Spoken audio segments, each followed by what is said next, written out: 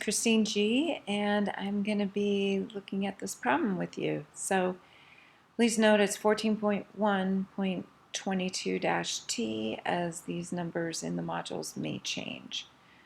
So here we have a data table that represents the population of a certain country every 10 years for years 1900 through 2000. And an ecologist is interested in finding an equation that describes the population of the country over time. So we have this data table, and it asks to determine the least squares regression equation, treating year as the explanatory variable. So here, what we're going to do is use StatCrunch to help with the heavy lifting, and so I just go in here. You can see the years and the corresponding populations, and the years are in increments of 10. So open in StatCrunch, and then stat, and we're calculating the regression, and it's simple linear. We have an x and a y variable only. So here we know year is the x, and then population is the y variable. And then we're going to compute this. And here we have the linear regression equation. So what we can do is match that up against the choices that we have. So the slope is this number here, 2010.81, and that's being multiplied by x, or the number of years. And so we look for that. So 2010.81. So it looks like it would be 2011, and we want to make sure it's multiplied by x, and then minus, but we want it to be minus the y-intercept, which is this number here, the 3,750,000. So it looks like this is our best bet on that. So let me go ahead and hit done on that and see what that does. Okay, that looks good. So now a normal probability plot of the residuals indicates that the residuals are approximately normally distributed.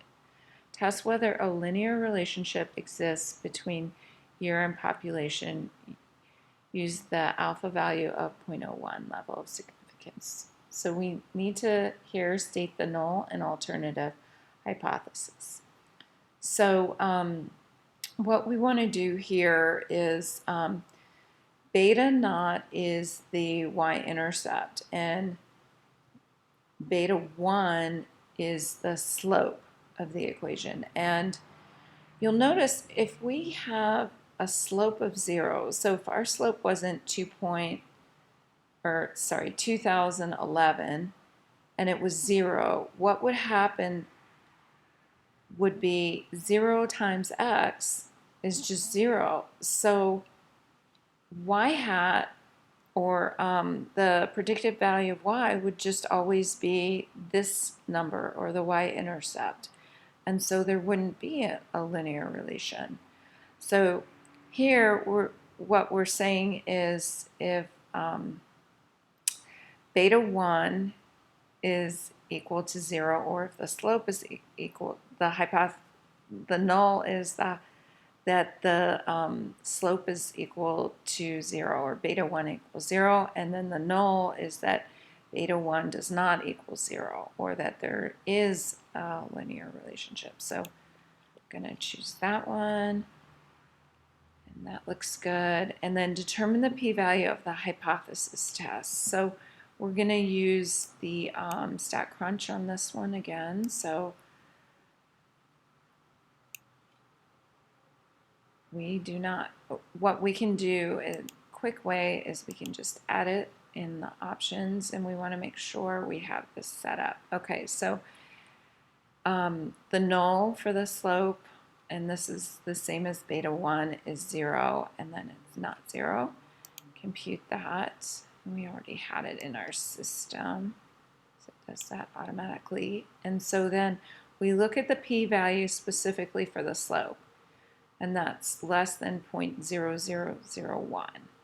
So it's asking us to, let's see, round to 3 decimal places. Well, that's interesting because it's just 0.000.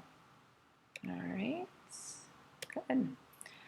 And then state the appropriate conclusion, choose the correct answer. Okay, so if the p-value is that small, then it's way down in the tail. And so we would reject that.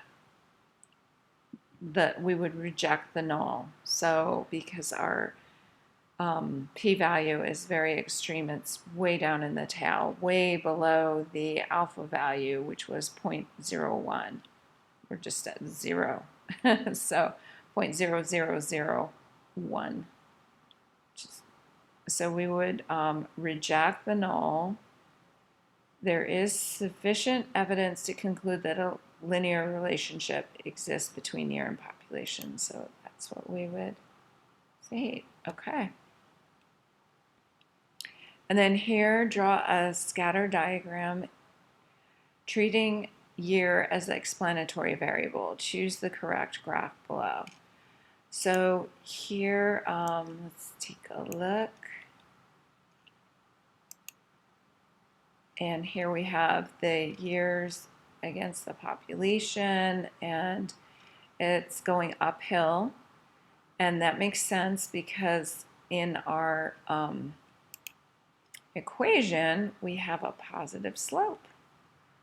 So let's take a look and see which one matches up. Okay, so this is not linear, this pattern, and then this one is going downhill. It's a negative slope, so it's got to be this one. All right.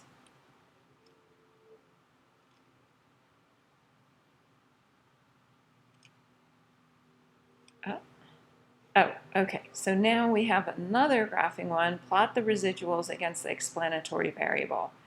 So the explanatory variable is the years, and then we'll look at the residuals. So what we can do is click into options. This time we're actually going to have to edit it. So we go into the graph area, residuals versus the x values, and x is easy to remember. It's explanatory. It explains what's happening to the y variable.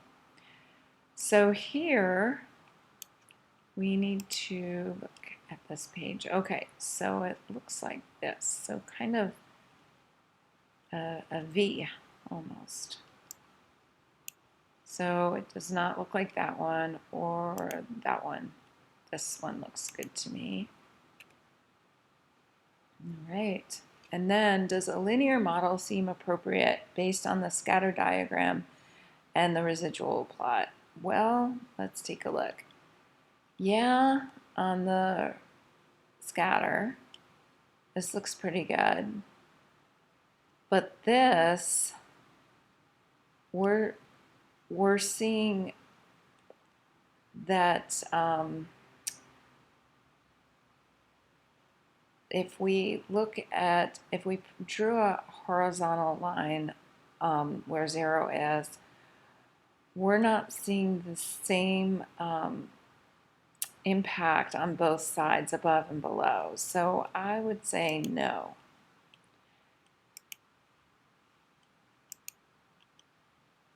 Okay, and then what is the moral?